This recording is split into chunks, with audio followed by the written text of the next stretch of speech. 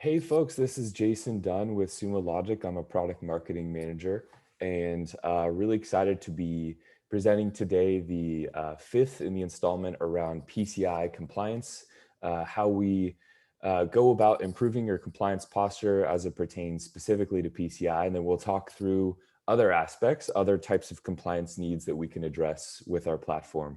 So I'm going to start off with sharing my screen so that we'll just start off with a couple slides and then we'll get into the fun part, which is getting live with the actual platform, showing you all 12 of the PCI requirements, how those are addressed via our dashboarding, alerting capabilities. So I'm gonna just run, as I mentioned, just run through a couple quick slides here. So, as you think through all of the ways in which your organization needs to make sure that you are addressing PCI compliance requirements, that you're kind of running through audit season successfully and doing it quickly as well.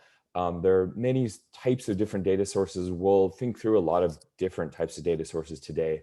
One of the most common, obviously, being financial data. So when we think about credit card data, for example, there are a lot of ways, and we'll get into this, as to in which you can basically think about how you can hash or mask that data or protect it, so that it's not an issue and that you're able to actually address the ways in which your PCI requirements are being met. Some of the core challenges that I think we see most commonly are these kind of core four here. So most typically you might see that, as it stands today, your current approach just isn't scaling in line with your cloud workloads. It just may not be a tool, whether it's internal or a SaaS platform, or an on-prem platform for that matter. It may not be addressing the specific types of cloud workloads that your team is actually looking to work through. Secondly, these, as I mentioned at the top, it's like we really want to help you focus on accelerating your PCI compliance readiness, and it can be very time consuming to actually deploy these products, tune them to your needs in order to address how they bring in certain data sources and how they actually run through the analysis of those data sources. Complexity, on the other hand, can be a big deal. So maybe it's a platform or a tool that you've built internally that does actually support all of the many cloud workloads that your team uses.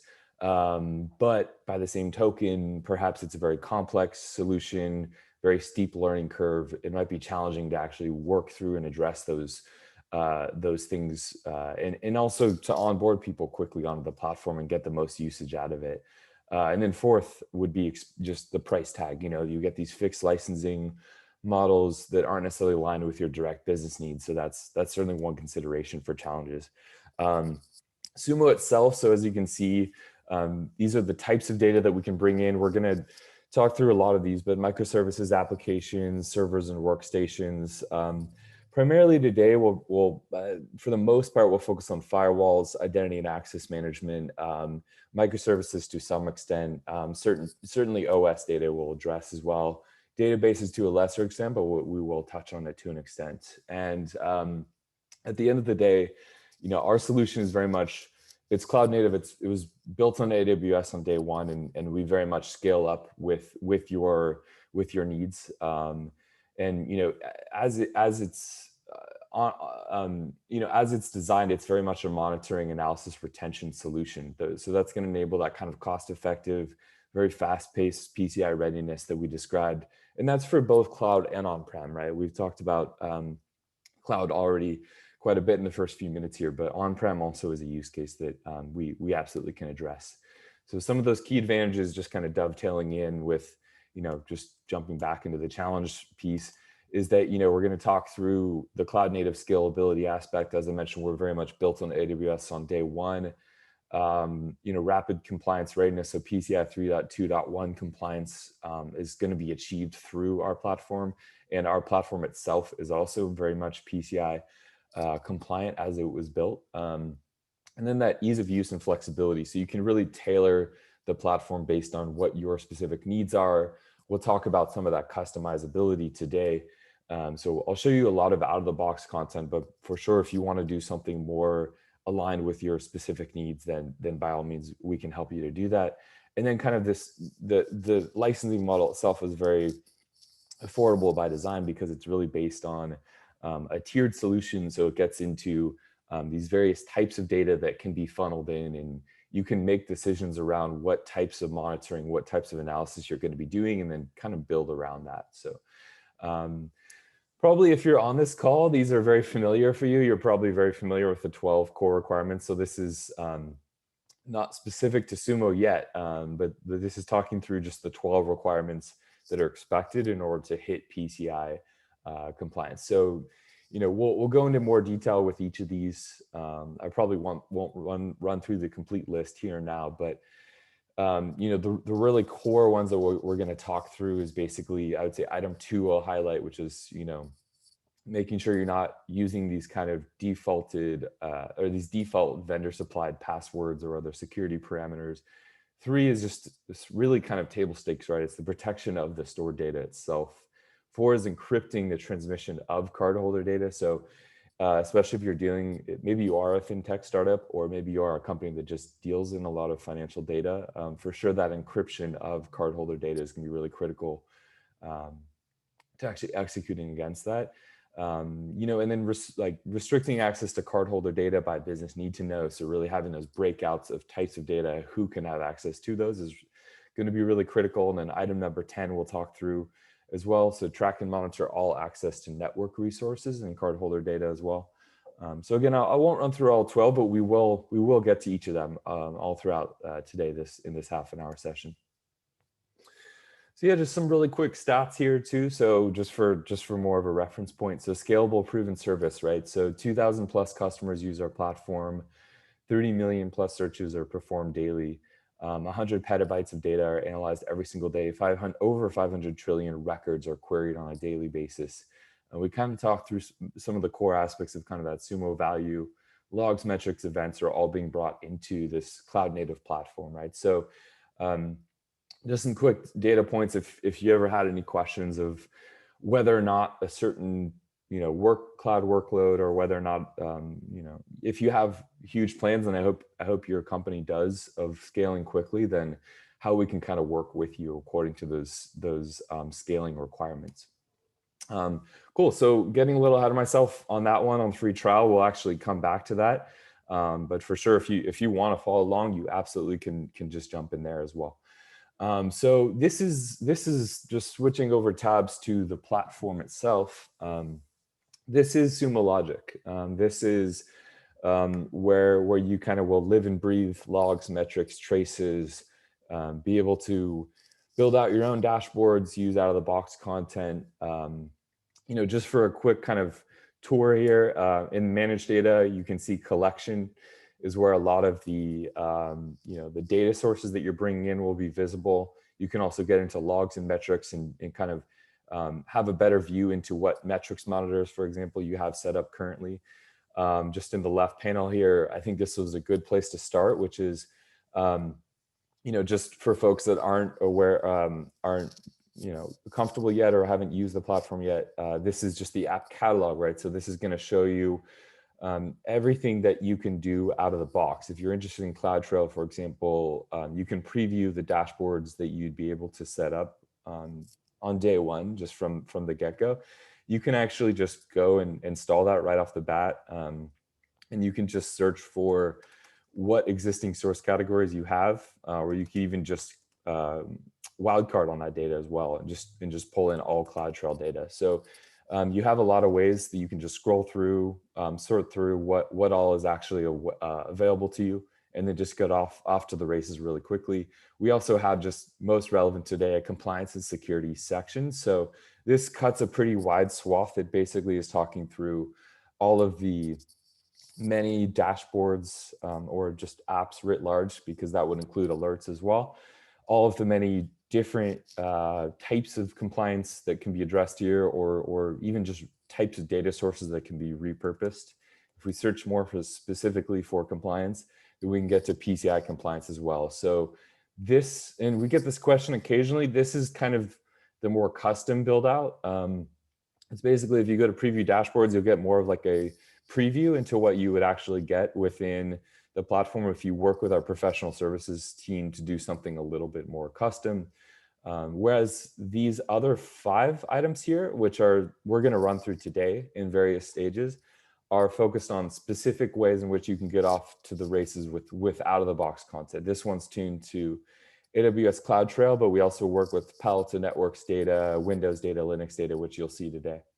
So yeah, so in very shareable, very easy to access, you can just run through. You can see all sorts of HIPAA data, for example, here is the various dashboards that are built out, but it's very easy to get off to the races and also easy to share that out with various teammates. So yeah, let me actually just jump into, I'm gonna hide this left panel and let's actually get into the 12 dashboards that can cover all of the 12 requirements we talked through.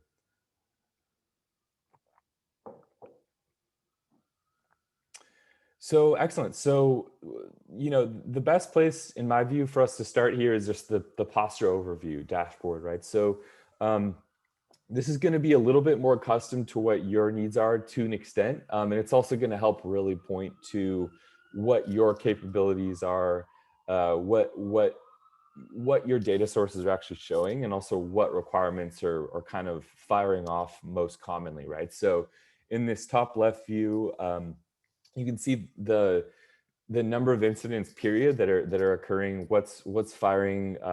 Obviously a high number is a little more concerning, as a lower number is indicative of the fact that you're successfully kind of tamping down on a lot of things.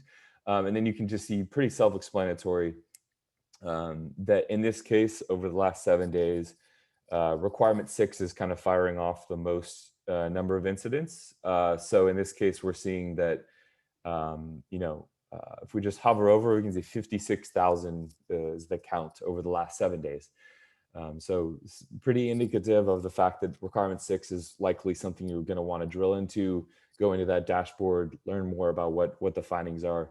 You can see this kind of history of failures. This is looking back over the last 3 days, and we can see that in the stacked bar chart format, you get a sense of the requirement 2 is generally responsible for kind of the more core of the most recent data sources that are the most recent requirements that are firing off, and then you can kind of drill into that specific requirement and kind of build around that.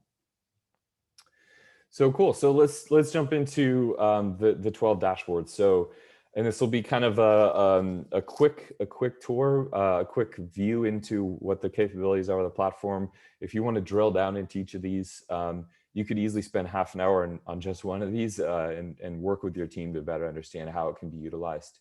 So requirement 1, as you're likely familiar already, is really focused on the installation and maintenance of firewall configurations. So in this case, we're looking at firewall data, thinking about what the allowed traffic over time versus, say, silently dropped traffic over time is, and denied traffic. So we can see there's actually a lot of, it's very much in sync across these trends, right? So we can see at 9:10 in the morning, it's on the lower side. There's sort of a peak at 9:40 in the morning, and a little bit different for each of these as we would expect. But we see kind of this curve going up and over. That seems to indicate that there's a little bit of a peak kind of in the middle of this 60-minute span. So each of these could certainly be drilled into. You can also see allowed network activity by transport and internet layer protocol over time. And then these kind of breakouts of top source IPs, destination IPs. So it kind of starts with the trend lines, and then it goes stacked bar charts, and then gets really granular at the IP level after that. So we'll jump into requirement 2 from there. So number of use or no use of vendor supplied defaults for passwords and other security parameters. So the goal of this dashboard is essentially to say, let's be certain that any defaults for passwords are not currently set up. And the way in which we can do that is basically by identifying what the successful and failed logins are on the platform or within your product. So failed logins would be a pretty good indicator that that something is a little bit awry, that we're not expecting to see as many failed logins with this destination host, for example. Obviously the ratio here is quite high. We're seeing a lot of failed logins versus successful logins. So something we might want to actually drill into a little bit more. And then we actually see the default logins listed here. So because of these default logins, these themselves may be a little bit of, or each time we see an event count, that might be in of itself a little bit of a red flag to us, something we might want to drill into, better understand why there are default logins. Maybe it's just set up and we're just in the process of transforming or transitioning over to a more custom setup, but just something that might require pinging of those teams to make sure that there's clarity around how those logins are being set up and why. Um, Requirement 3, I'll actually jump back into the slides briefly and just mention protect stored data. So Sumo itself as a platform, we have a lot of encryption measures in place, which we can get into a lot of detail. We actually have a self-service platform that lets you just quickly log in, ask for any of our processes as to how we actually achieve compliance needs.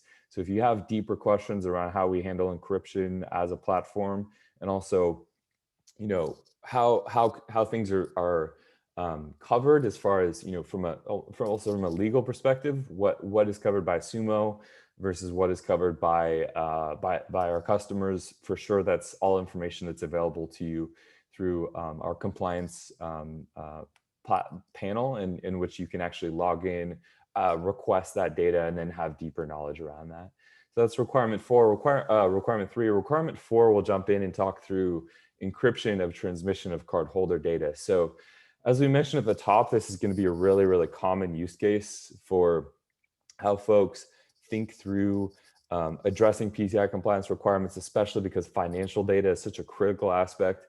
And during audit season, it's something that you're going to get a lot of questions about inevitably. So this is really thinking through kind of for example, just looking for red flags on your in terms of how your traffic is coming in. So if we scroll down a little bit, we can see insecure allowed traffic, insecure allowed traffic by application specifically, insecure allowed traffic by protocol. So it's really broken down here by these specific protocols. In this case, we can see TCP.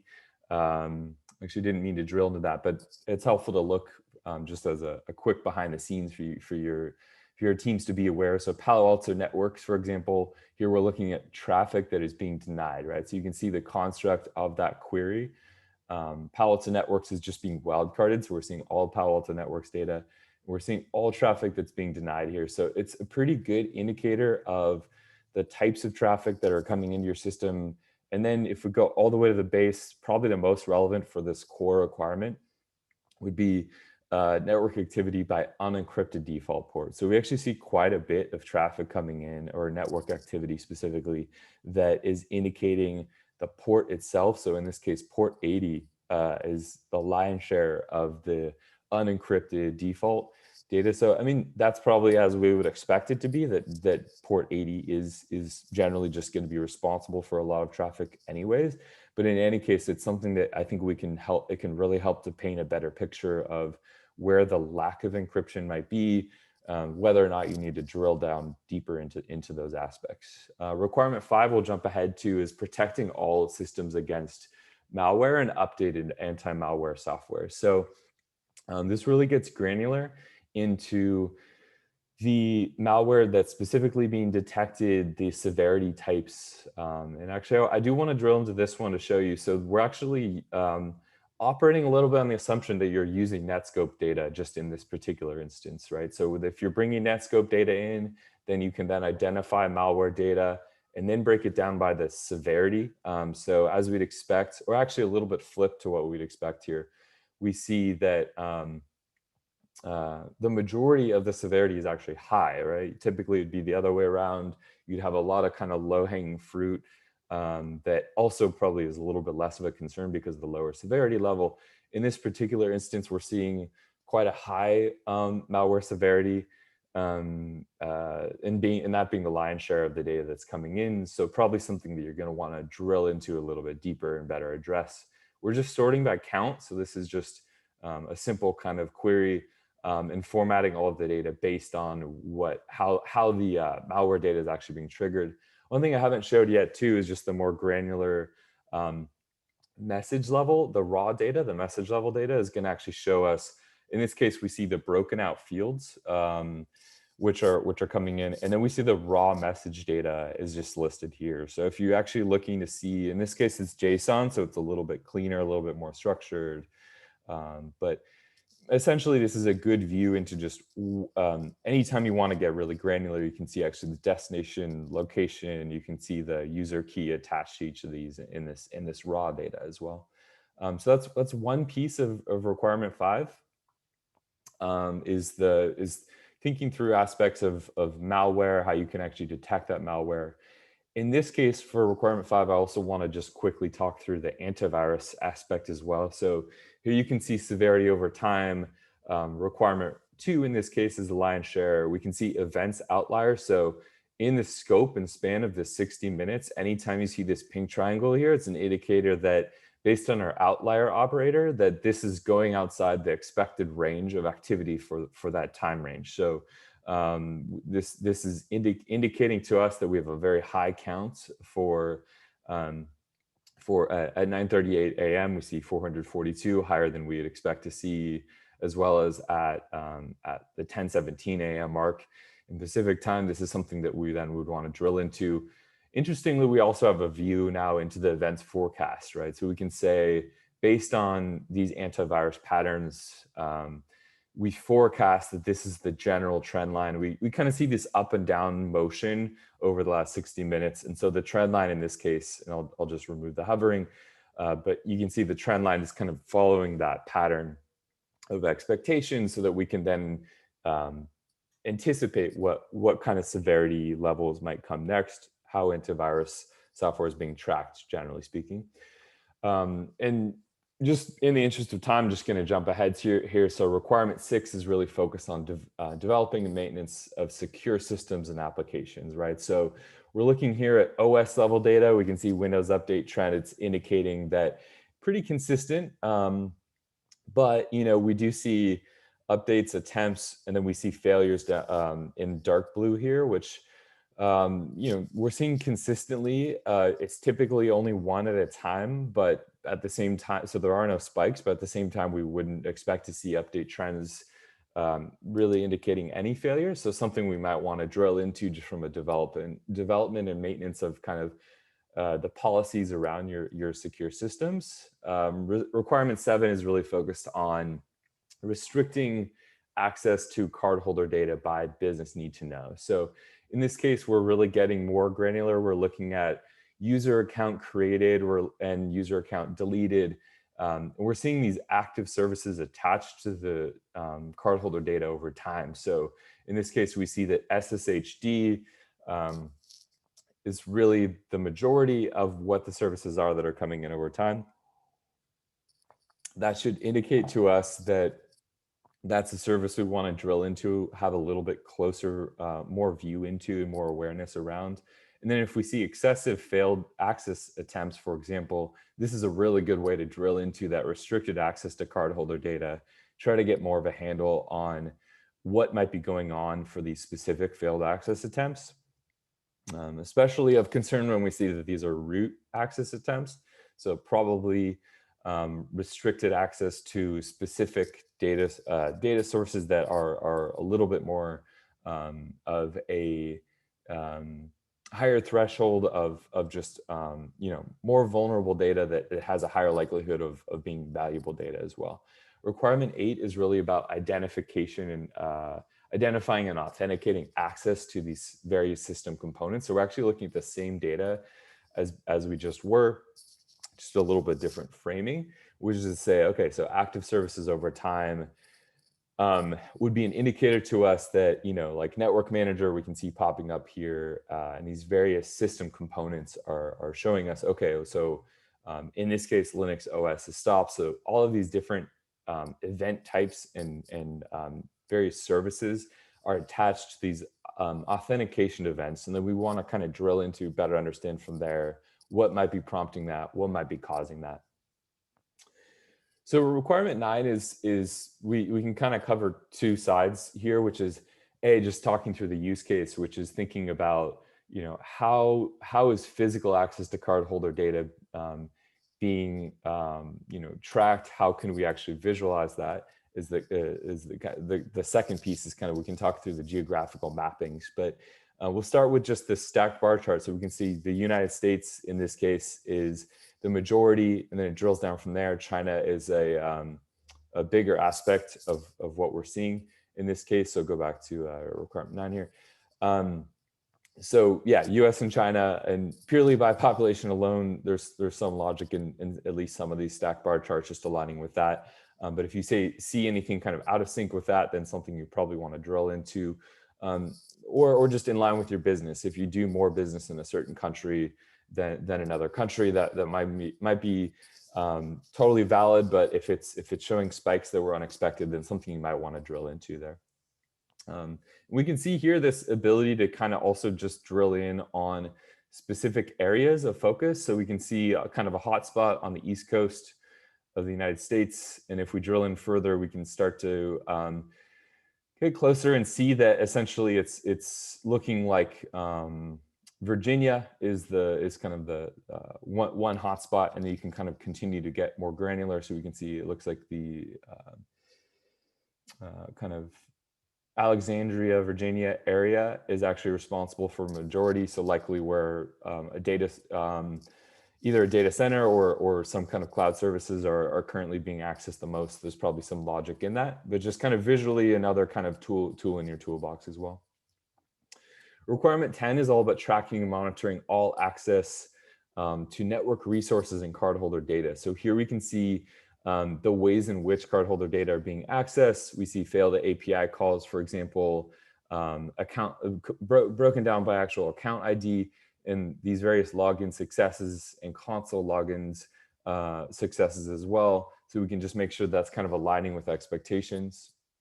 And just in the interest of time, I'll kind of jump ahead to requirement 11. One thing that's kind of unique here is we are kind of assuming in this case that you're using AquaSec data in particular. It could be any number of other types of container data in this example, but if we're looking at regularly testing security systems and the processes around that, this is one way to kind of have better visibility into images failed by malware, severe CV, etc. The other thing that's kind of unique here is this is a little bit of a preview into our new dashboards. So with new dashboards, you can actually start to combine by adding panels. You can look at both metrics and logs in one place. So if you wanted to kind of build out this dashboard, that would be one way to do so. And then kind of last but not least, we'll take a closer look here at requirement 12, which is maintaining a policy that addresses information security. So, Sumo itself probably wouldn't be the platform that you would actively track and build the documents around the various information security policies that you would put in place in order to track to PCI compliance challenges, et cetera. But it would be a good place to, especially in this one overarching dashboard, you could then take a closer look at how those policy changes are occurring over time, track for any policy changes, and also just have visibility into specifics of whether those policies are actually being met or not. In this case, it's getting more granular into S3 bucket policy changes and account policy changes over time. This is more of a broader look at whether or not audit policies are being addressed properly, et cetera. So with that, that kind of covers all 12 requirements. We're a little bit up against time, so I'll just kind of jump ahead into just making sure that you have access to the ability to start your free trial. So sumologic.com/sign-up will take you straight there. And then you can kind of sign up from there, get more comfortable with the platform, get access to all the same out-of-the-box content that we looked at today. So I'll just take a quick look and see if there are any questions that have popped up. It looks like there's one, and then we'll just kind of keep it open for a moment. And then, yeah, like I said, feel free to sign up for the free trial at sumologic.com/sign-up, which you can find in the chat window as well. So first question. So from Dennis Tuttle, we have a question, which is, I'm just going to hit answer live so everyone can hear it. So the question is, Dennis asks, basically, we talked through the ways in which malware search is using Netscope data as well. or currently, or in the demo today. So the question is, can we also utilize Palo Alto logs to basically achieve the same thing? The answer to that question is for sure. It's built around the concepts of utilizing Netscope to data and today, and some of that parsing is automated out of the box to just execute against Netscope data. Um, by the same token, for sure, you can use Palo Alto Networks data. We have a lot of Palo Alto Networks uh, apps and dashboards that are available in the app catalog that you can get off and running with on day one. So that should help you to get there really quickly. The second piece is just, you could do it the other way around. You can use the Netscope app, which might be a little bit more in sync with what you're actually using. And then you could just tune that parsing. So A, you would just update the source category to Palo Alto Networks. And then B, you would just update the parsing of those messages to reflect more closely to the Palo Alto data. So thanks for that question, Dennis. That's a really good question. And it applies to everything, right? I mean, if it's out of the box content, you certainly can retune it to a different data source.